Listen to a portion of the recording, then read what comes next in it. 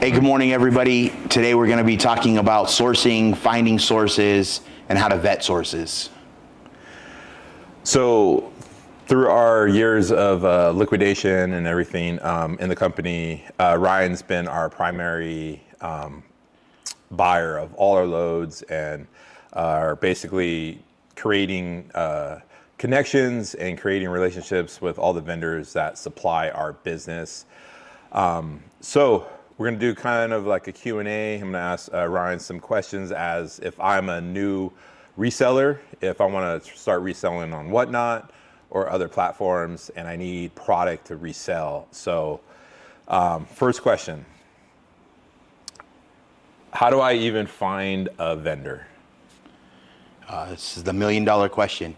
We've been doing this for a little over 5 years, and I get asked this question probably daily, a bunch of times via social media, etc. I would say start with the basics, maybe finding, using Facebook Marketplace or using maybe OfferUp to find like a local pallet house that you can actually go physically touch and see the product prior to buying, just to get your feet wet.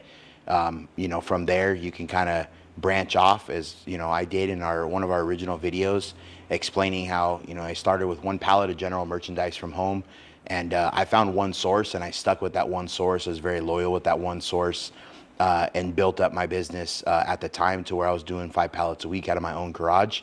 But I literally had one source and I stuck with that one source. I tried other sources, that was local to me. But at the end of the day, I still went back to my original source and just stuck with my loyalty. So I found a vendor. How do I vet the vendor? How do I find out if it's a good vendor versus a bad vendor? Typically, if you get a lot of these deals that people are finding stuff through social media or even on Facebook Marketplace, and they're asking for a pallet to be shipped to them, or maybe a half a pallet or multiple pallets to be shipped. With that, I would say kind of tread lightly. See if you can get some references on that person. Maybe figure out do they actually own that product? Are they brokering it for somebody else? And I guess just do a little bit of due diligence prior to sending any money. That way you are comfortable. Now, I will say ask for pictures or ask for some sort of like proof. A term in this industry is proof of life, to show that it actually is a real load. You're not always going to be able to get it, especially if it's a direct source. There's times where we could buy a load from a contract holder that it's going to come straight from the source. So there's not always going to be a picture and a video. These warehouses aren't always open for just the average Joe just to come walking around, especially if it's coming from like a third-party logistics warehouse or from a direct source. It's not always open to the public. And we're talking a multi-million square foot facility. They don't just let everybody just walk in. I mean, they have normal day-to-day operations. So selling off this stuff goes straight directly to the contract holders. Perfect. So I found a vendor. He sent me photos. Now, how do I know that this is an actual the person that owns the load versus if it's just a broker? And then other question on that is, how many brokers can actually sell the same load or the same pallet? This is a day-to-day question. So every day I might, wake up at 4 o'clock in the morning here Pacific Standard Time and have 5 messages of something that just became available that morning. And it could literally be 3 separate people selling the same identical load. So at any given time, the main source might sell the stuff off to a broker because they don't want to deal with a bunch of small people. So they offer it up to a couple brokers, and those brokers are out basically trying to pitch the same load. So you might see the same pictures, the same videos, etc. of these loads from multiple sources. But at the end of the day, you just got to be able to vet the broker that you're buying from, because a lot of the time these guys, they don't want to, the actual source itself isn't going to want to go deal with 5 or 10 like mom and pop people to come in and buy pallets. They're going to want to sell off the whole load, or sell off the vast majority of the whole load to one person. It's easier for them to deal with one broker. They make their money, and they move on to the next one, and the broker takes it over and does all the dirty work as far as the scheduling the shipping and dealing with the money and everything like that. It's a lot easier being the source and selling it off to a broker than being the source selling off to a bunch of small people, because a lot of people end up asking a million questions, or my experience shows it's a lot of tire kickers. People will waste your time. They're going to ask you for a bunch of details, and that's a big thing that I've learned in this industry since day one is, unless you have any like desire to actually buy that load, don't waste people's time, because all you're going to do is burn that bridge with a broker or with a source. And in the long run, they're going to be like, well, rather than sending this person information on a load that we don't really know, because they're going to ask us a million questions, let's just move to somebody that we know. It's going to be a yes or no immediately. And that's how we have maintained our relationships. Is it's not a day-to-day process. It's we get minutes, maybe a couple hours to say yes or no to a load before they commit and they go to somebody else. So definitely in this industry, is time is money. Don't waste people's time. Don't be a tire kicker. You can ask your questions to try to vet a source and understand the source, but do what you need to and then make the decision. Don't do what you need to and then just kick it around for 3 weeks or 4 weeks. It always makes me laugh, because it never fails. You could give somebody a smoking good deal on a load that you're just trying to get rid of, clear out a warehouse, and then 3 weeks later that source or that customer calls you and like, oh, hey, I want to go ahead and buy that. Like, we probably sold that load 5 times since that point. So make sure that my experience shows is definitely do not waste people's time in this industry, because they got a list a mile long. So you make your decision and you move on. If you say no to a vendor, it doesn't bother them. They've got a million other people they can contact, a million other people that could buy that same load. So it's not gonna, it's not gonna ruin a relationship by saying no. But what will ruin a relationship is wasting people's time. So when it comes to a relationship with a vendor, is there anything as a customer that I can do to, say, get higher on that list, or develop a better relationship with that vendor? I think it's a case by case basis. We've got vendors that I could text on a daily basis and, laugh and joke and make comments, or, and just have fun. And then there's other sources that are very by the book in business. I might text them or email them and say, hey, this is what I'm looking for. Do you know of anything like this available? But we've got the desire and the need to buy that product. I'm not just wasting time. So I'm not asking for a truckload of Lululemon. I mean, we know a truckload of Lululemon doesn't really exist in the liquidation world, and this is a very good example of people will ask for this type of stuff. It doesn't exist. So it's, again, don't waste people's time. So with a source, I know with each individual source who I can socialize with and kind of be friends with, versus just it's 100% strict business. So just knowing that and just learning the relationship and where you guys stand is a big deal. When it comes time for holidays or anything like that, even if it's a deal that you buy and you turn around and flip, if you want to maybe send them an extra couple bucks or something just to say, hey, thank you, that's a way to always stay on top of their list. I would say probably the number one most important in that is committing to something, yes or no. Don't waste time. Send the payment immediately as soon as you've done your agreement or whatever it is, and you get the invoice. Pay it and move on. Wait for the load to come. Offer to help. If it's freight, offer to help. Coordinate the freight, or ask if there's any questions or anything that you could do to maybe make the transaction go smoother and less effort for the vendor. Perfect. So now I've gotten my relationship with the vendor. He's offered me the deal. When he talks about pallets, quantity, all that stuff, manifested versus unmanifested, what is the things I need to be looking out for in regards to pallets? This is another very question that gets asked, say daily on our social media pages, and why we're doing whatnot streams. Do your homework. It's basic math. If it's a 1,000 pieces that you're buying, that's 1,000 pieces of clothing is probably going to be, maybe one pallet, maybe 2 pallets, typically depending on how it's boxed. So if the source tells you that it's 10 pallets, then there's something that's not right. or if it's 20,000 pieces and then they tell you it's only 3 pallets, something's not right. So I would say know, have an understanding of what you're buying and have an understanding of how much product can fit in on one pallet or in a box, depending on the quantity. So just do basic math to figure out exactly what you are buying so that you have an idea of actually how it's coming. We had a load a couple months ago that ended up being like 3 truckloads of purses. When we got the load, like it didn't seem right, and then we ended up figuring out like all the pallets were 3-foot pallets. Like that load would have saved us a ton of money if in freight if it would have just been in one truckload. But instead, since all the pallets were 1 foot, 2 foot, 3 foot pallets, it wasted a ton of money. But a lot of the times, the vendors, when you get these closeout deals or these one-off deals, they don't want to spend any more money. They're already losing money, or they're just trying to liquidate the product and move it. So you're not always, you might have to lose a little to gain a lot. So in those instances, you just have to do your homework and just basic math and ask questions that are, make it a very transparent conversation. If you don't know something, ask. There's no stupid questions. But remember what I said earlier is if you're going to ask questions, make sure it's like a purposeful question and not a I'm going to waste your time question. So if you waste a vendor's time messaging back and forth all day long, and then you end up not responding to saying yes or no, or you end up wasting their time by saying no at the end of the day, it's like your time's gone. You're going to be bumped down to the bottom of the list, and that vendor's probably not going to reach out to you.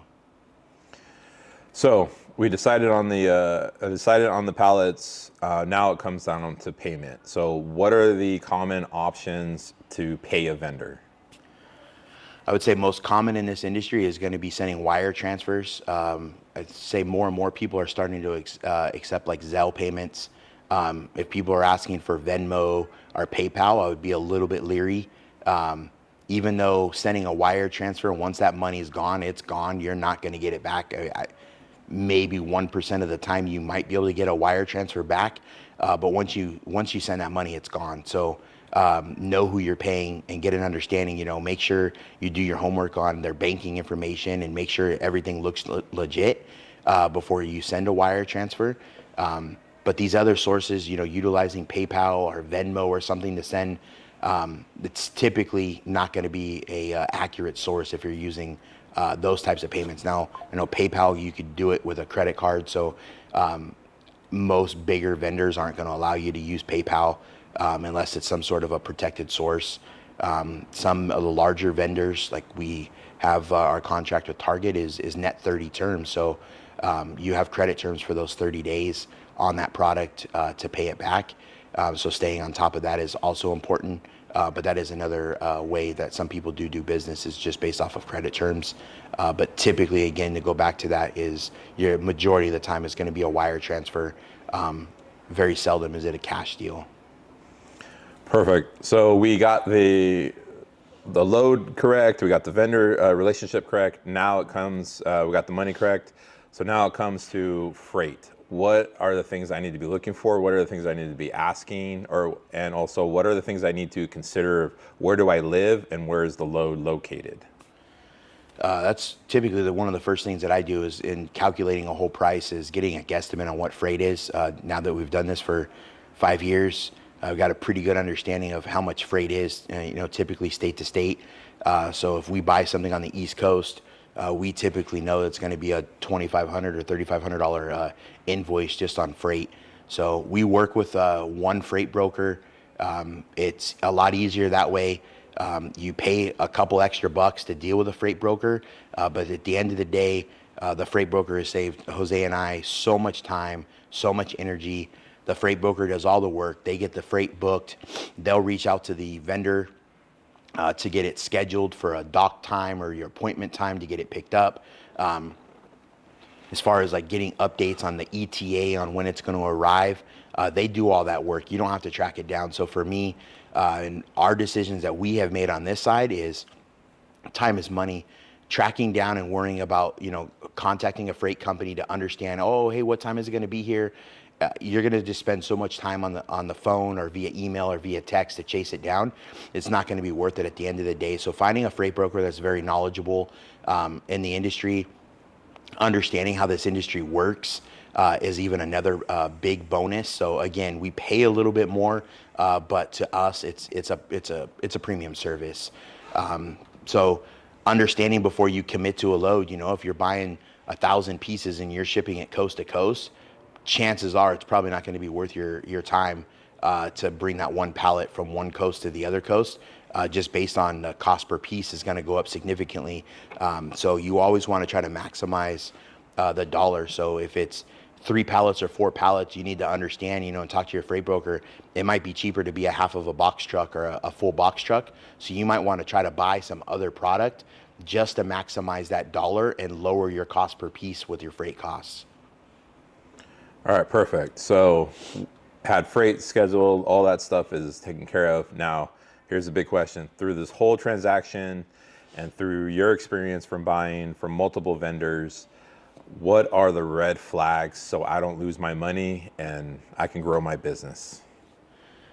I think I kind of touched on a little bit of this, but I would say, red flags you're going to notice if you're dealing with brokers, same people selling the same loads. There's a lot of the times that I'll see pictures that I know where the product's coming from. That source won't sell to just a normal person. They're only going to sell to a broker. So really having that trust and the faith and knowing where that product is coming from. A lot of the times, like I had mentioned earlier, these guys are not going to want to deal with 15 people. They're going to want to deal with 1 or 2. So it's easier for them to sell these loads to a broker. So really trusting the broker. But as far as the red flags go, if they're asking for some sort of a deposit on a load to hold it for you, I've never really seen that. I mean, I think we've made like good faith deposits before. 90, a lot of the deals, I don't want to give a percentage, but I would say a lot of the deals, you're going to have to pay for the load before it's released. If it's a relationship that you've done a lot of business with, typically they're going to send the load and they're not going to worry about the money that you pay it, within a couple days. But again, you establish those relationships by doing good business in the very beginning, paying that on time, being on top of it. If you don't get the invoice in a couple hours, I'm very quick to ask like, hey, where's the invoice? Where's the invoice? I just want to pay you guys so you guys know, this deal's done. So I would just watch out for, common sense is key in this industry. If it looks too good to be true, it's probably too good to be true. So if they're telling you they got a truckload, I used this example earlier, but if they tell you they got a truckload of Lululemon, chances are it's not a real load of Lululemon. You're buying something that's either a fake or you're going to send money and probably never get the product. If you're using social media to find sources, look at who their friends are. See if there's, anything, if you have mutual friends. I know in the liquidation world, there's some deals that are made on social media, but most of the big deals that we deal with are deals that are off the record. They're deals that, they're like the pocketbook real estate deals. Like they don't hit the market. They're deals that these vendors know us and they know what we want, and they'll call and say, hey, this is what I have. They might shoot us a text and say, hey, here it is. This is what we have. Let me know as soon as you can. And they want an answer when they say as soon as they can. They want it in minutes, not hours, not days, not months, not weeks. So again, it's just coming down to the basics of just establishing relationships. And in my opinion, it's a lot easier and safer to, stick with one source, get a consistent relationship. We've been through this many a times before over the years of the industry, during certain times of the year, it might dry up. I can tell you right now that if you have a source that is selling you consistent loads, you're paying your bills on time and everything is good, they're going to want to sell to you all the time. When the times get tough, all of these other people that go from broker to broker or source to source and they don't have any loyalty, those are the people that are going to be left without loads. And at the end of the day, that's, we're reselling full time. So if you don't have or you don't have product, you're not making money. So making sure that you are, faithful and loyal to sources. You have an issue. We just had a load recently that had some water damage on some clothing. It was a quick message back and forth to show a video of what we received. And that vendor immediately, can you send it back to me? Let me send you something else. Very easy to deal with. There's no issues. So again, the trust and just establishing those long-term relationships will prevent you from having to worry about making stupid decisions and sending money to somebody in another country that doesn't even exist. So thank you guys so much for the video. Once again, if you guys ever want, if you guys have any other questions or whatsoever, always feel free to reach out to us on our social media, our Instagram, TikTok, Facebook, Circle City. Please check out our Whatnot channels, Circle City OC, Circle City OC2, and our brand new channel, The Dollar Show. Please subscribe, follow, like, do all that good stuff. Thank you guys so much. We appreciate it. See you later.